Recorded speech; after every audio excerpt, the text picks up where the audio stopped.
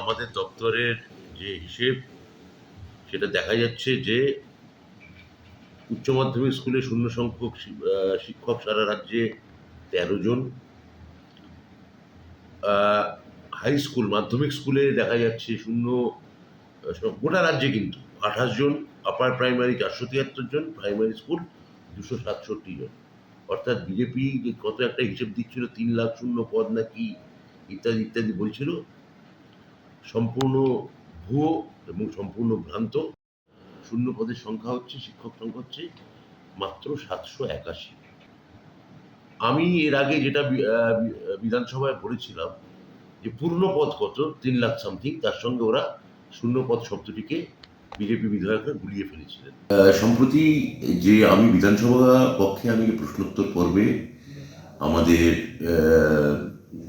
বিজেপির বিরোধী বিধায়ক তার প্রশ্নের উত্তরে বলেছিলাম যে শূন্য পদ এই মুহূর্তে কত আমার পক্ষে বলা সম্ভব না, কারণ প্রতিনিয়তই কোনো না কোনো শিক্ষক শিক্ষিকা অবসর নিচ্ছেন। সেই প্রসঙ্গে আমি যা বলেছি সেটা হচ্ছে যা পদ চলে গেছে এক, আর যা পদ পড়ে রয়েছে সেই প্রসঙ্গে কিছু কথা বলেছিলাম। সেটা নিয়ে কিছু বিতর্ক সৃষ্টি হয়েছে। এই বিতর্ক নিরসনে আমি কিছু তথ্য দিয়ে এটা এই বিতর্কের অবসান চাইছি। ১ নম্বর কথা হচ্ছে যে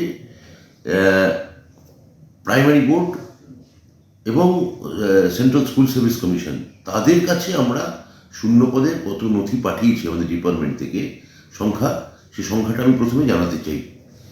২২২ সালে প্রাইমারি বোর্ডের কাছে আমরা যে শূন্যপদ পাঠিয়েছি তার সংখ্যা হচ্ছে ১১,৭৬৫। উচ্চ প্রাথমিকে আমরা ইতিমধ্যে পাঠিয়ে দিয়েছি ১৪,৩৩৯ জন, এবং এটি এই উচ্চ প্রাথমিক এখন মহামান্য হাইকোর্টের নির্দেশে এখন কাউন্সিলিং চলছে। মাধ্যমিকে পাঠিয়েছি আমরা ১৩,৫০০ কিছু বেশি, আর উচ্চ মাধ্যমিকে ৫,৫০০ সামান্য কিছু বেশি। এইগুলো পাঠানোর পর সামান্য যেগুলো পড়ে আছে সেটা নিয়ে আমি মন্তব্য করেছি। গতকাল এটা বলেছিলাম বিধানসভা কক্ষে।